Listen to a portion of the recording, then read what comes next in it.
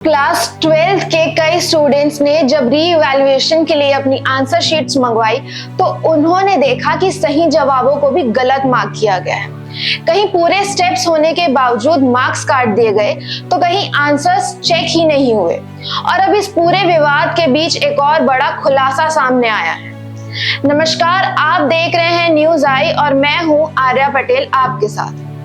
Waste Bengal के ethical hacker Nisarga अधिकारी ने दावा किया है कि सीबीएसई का ऑन स्क्रीन मार्किंग पोर्टल यानी OSM पोर्टल गंभीर रूप से कमजोर और असुरक्षित था। ये वही पोर्टल है जहां डिजिटली स्कैन आंसर शीट्स को भी एग्जामिनर्स चेक करते हैं।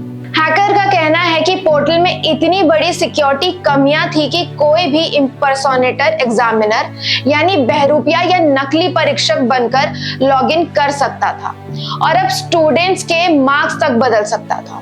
सबसे हैरानी की बात यह है कि उन्होंने फरवरी 2026 में ही इसकी कंप्लेंट दे दी थी। लेकिन सवाल यह है कि अगर वार्निंग फरवरी में मिल गई थी तो मई तक क्या किया जा रहा था। निसर्ग अधिकारी का कहना है कि उन्होंने इन कमजोरियों का प्रूफ भी शेयर किया था। उनके मुताबिक एजेंसी ने स्वीकार भी किया था और कहा कि इशू को फिक्स करने पर काम हो रहा है, यानी अथॉरिटीज को महीनों पहले से वार्निंग दी जा चुकी थी। सीबीएसई अब कह रहा है कि जिस यूआरएल का जिक्र हुआ था वो सिर्फ टेस्टिंग पोर्टल था और एक्चुअल इवैल्यूएशन डेटा उसमें नहीं था।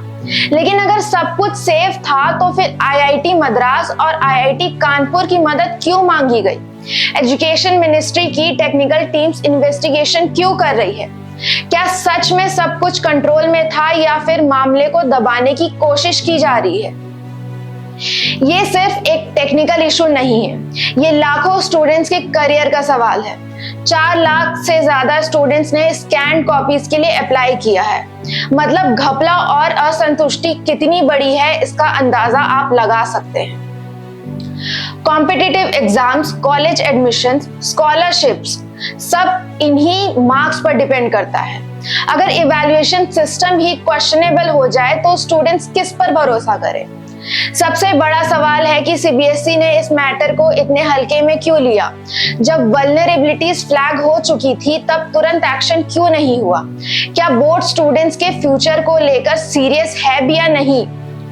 और ये पहली बार नहीं है जब देश के एजुकेशन सिस्टम पर सवाल उठ रहे हैं। पहले नीट पेपर लीक कंट्रोवर्सी ने स्टूडेंट्स का भरोसा हिलाया और अब सीबीएसई इवैल्यूएशन सिस्टम पर सवाल उठा रहे हैं।